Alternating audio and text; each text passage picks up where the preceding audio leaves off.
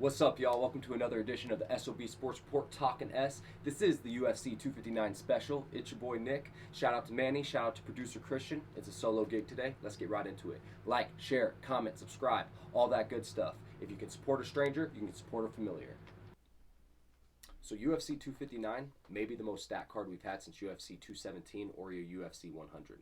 So I'm going to go through the whole main card today, as well as a prelim fight that I'm extremely excited for. And I also want to go through a little parlay that I think could be an awesome bet placement for you guys. All right, so your prelim main event, Dominick Cruz versus Kenney. So you have Dominick Cruz. He fights on a lot of planes, great movement, not much pop at all. He's very injury prone, as everyone knows, but he's known as one of the greatest 135-pounders on the planet. All of his losses are extremely elite. He's fighting Kenney. Kenney, also a Tucson native from Arizona.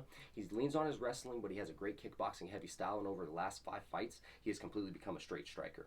He has a great switch kick. He throws a great strike, solid cross. I'm super excited for this fight, if you can't tell. I think it's possibly going to be fight of the night, but I do see that Dominick Cruz movement, I don't see it causing too many problems for Kenney, as flat-footed as he is. I think Kenney gets it done in a 29-28 unanimous decision. I do see Kenney battering Dominick Cruz in the body and in the legs by the time the fight is over, though. All right, y'all. So the first fight on the main card, Thiago Santos versus Alexander Rocha. I think Thiago Santos is in a must-win situation here. He has a completely new knee. He's 37 years old, and he's coming back 2 losses back-to-back. One of those losses, of course, is John Jones in a split decision L, and then, of course, against Glover Teixeira that just happened in September. I think Thiago Santos, he barrels down, he swings, he cuts off the cage well, but he's not the most technical fighter, and he absolutely rips you apart with his strength and brute force. Now he's fighting a young killer in Alexander Rocha. Alexander Rocha is only 29 years old. If a horse and a mule had sex and had a baby and gave him the leg kicking strength, that's what Alexander Rocha is. He absolutely tears people apart with his leg kicks, welts them up, and destroys them. So, on that note, I do see that being the biggest X factor is Alexander Rocha's leg kicks. So, I wouldn't be so ashamed to see Alexander Rocha winning by decision here. Maheda can knock him out. That's a strong possibility, but I do see a change of guard happening. Alexander Rocha winning by decision. All right, y'all. So the next fight on the main card, battle of the 155-pounders, Islam Makhachev versus Drew Dober. Islam Makhachev, he's 18-1. He's high wrestling pedigree, good striking, and he's willing to bang. That's the one thing. Everyone knows him as Khabib's cousin, the hottest lightweight prospect in the division. You know, wins against Davey Ramos in September of 2019 don't scream the elite lightweight to me. He has a huge test against Drew Dober coming up right now. Drew Dober's on a 3-fight win streak, all 3 being finishes, and against some pretty good competition. Nasrat Hasparas and you have Alexander Hernandez, both pretty good contenders on the opposite side of him. I'm really curious to see how this is going to work in terms, because Drew Dober does like to leave himself open when swinging for those takedowns. You can check his fight against Alexander Hernandez. You can also go back and check his fights against Daniil Dariush. He has a chance of getting pushed back into the cage and getting taken down. But I am going to put underdog money on Drew Dober here, because Drew Dober has looked really awesome as of recently, and a 3-fight win streak than the last time that Islam has even fought. So I'm going to put that underdog money on Drew Dober. You can do what you must. I'm really excited for this fight. The bantamweight 135-pound title is on the line, y'all. Petr Yan versus Aljamain Sterling. This is the title fight that I'm easily most excited for. If this was any other pay-per-view fight, it would damn near be a lock for fight of the night, but this is not an ordinary pay-per-view, of course. So let's jump right into it. Petr Yan, he used to train at Tiger Muay Thai, still does it here and there, but now he's moved his camp to ATT to fight with a bunch of killers. He keeps a high guard. He does a really solid Thai boxing. The thing about Petr Yan is he won't even throw feints. He'll throw a 1 and a 2 and overcommit to those to land a 3, 4, and 5, knowing that he's in range at that point. His scrambles are off the charts. His clinch game is off the chart. His trips off the charts, to say the least. If you can't imagine, I'm super high on Petr Yan.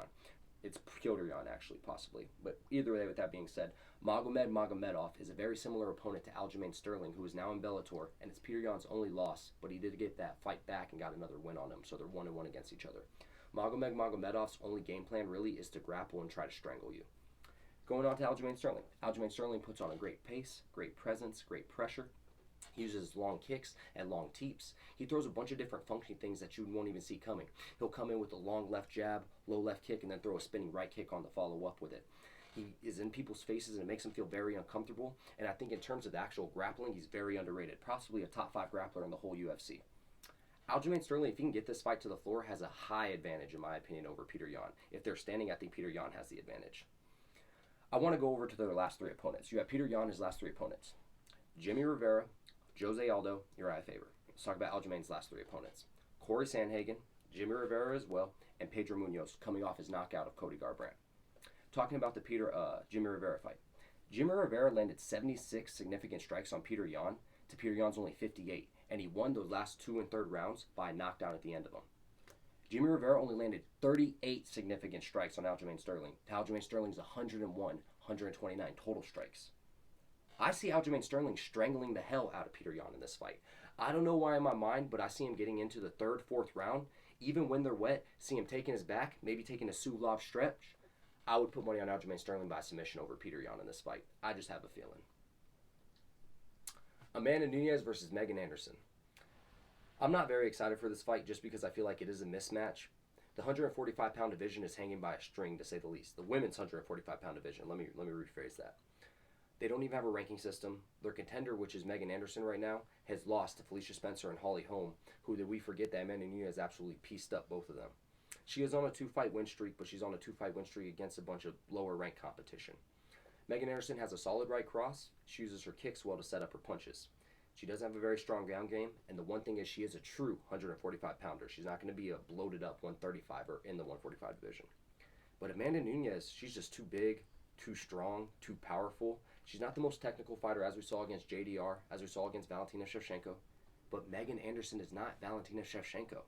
Amanda Nunes is going to win this fight very clearly, 50-45, maybe 50-44 decision. If not, we may see it by a finish in the 4th or the 5th round. I just don't think Nunes has looked very... didn't have that killer instinct in her last few fights. Maybe she brings it back this fight. Maybe her being a mother brings back that killer cub instinct in her. But as of right now, I see her just absolutely dominating this fight in a clean sweep decision. Main event time. Israel Adesanya versus Jan Blachowicz. You have Israel Adesanya, the 185-pound champion who's killed through a plethora of killers at 185. Robert Whitaker, Yoel Romero, Paulo Costa, Kelvin Gastelum, coming up to challenge the 205 champion and Jan Blachowicz. People forget that Jan Blachowicz started his career 2-4 in the UFC, and his makings of his story to be the champion is absolutely awesome. If he beats Israel Adesanya this weekend, it's going to be one of those ESPN 30 for 30 stories off the rip. Absolutely has to be. Israel Adesanya.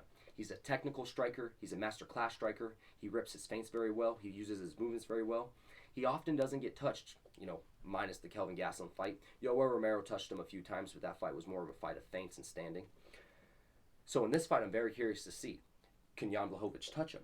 Because if Jan Blachowicz cannot touch Israel Adesanya, we're going to see a master class in terms of striking. We're going to see Israel Adesanya stay on the outside, piece him up, and pick all of his shots, eventually leading to a TKO finish. But if I'm putting my underdog money, which I am putting my underdog money on this, Jan Blachowicz by finishing in the inside of the distance. I see Jan Blachowicz somehow barreling in this fight, throwing a body shot that's going to set something up, and then from there it could be the downfall of the end. I could be wrong here, but I just have this idea in my head. Jan Blachowicz sets up his kicks very well with his hands. Use the Dominick Reyes fight. And if somehow Jan Blachowicz gets inside of the clinch technician with him, look how well he did against Jacare Souza, well to control Jacare Souza in the clinch in damn near every single round of that fight. And when he breaks out of that clinch, we saw what he did to Luke Rockhold. I just have this feeling, man. Go put your underdog money on Jan Blachowicz. All right, y'all. So I know I just gave all my predictions for these fights that may come back to bite me in the ass when I'm wrong about them. Betting on MMA is hard in general. But I do have a parlay that I think can do really well for you guys. And looking up the numbers on it, right now it's an underdog of minus 2,500. So you bet $1 on it and you get $25 back. So with that being said, let's get right into it. Askar Askarov by decision. You have Kyler Phillips by inside distance over Song Yadong. And then I'm going to take Kai Kara France as well, straight money line bet. You have Askar Askarov. He has won against a lot of slew of the killers in the division. Joey Benavidez is on the downslope. I see him winning by decision. Kyler Phillips is the underdog against Song Yadong, doing that Song Yadong is ranked. But Kyler Phillips has finished his last 4 opponents in an impressive style. I see him doing it again. And then Kai Kara France. I think it's a great style of matchup against Reganar Biratin, and I think he's going to beat Reganar Bigatin. So put that money line. Once again, Askar Askarov by decision. You have Kyler Phillips by inside distance. And then you have Kai Kara France money line. Check it out. Don't forget to like, share, comment, subscribe, all that good stuff. Thank you guys for joining me for the UFC 259 special of Talking S. I'm Nick, Manny somewhere, producer Christian. Shout out to you behind the camera. See y'all next time.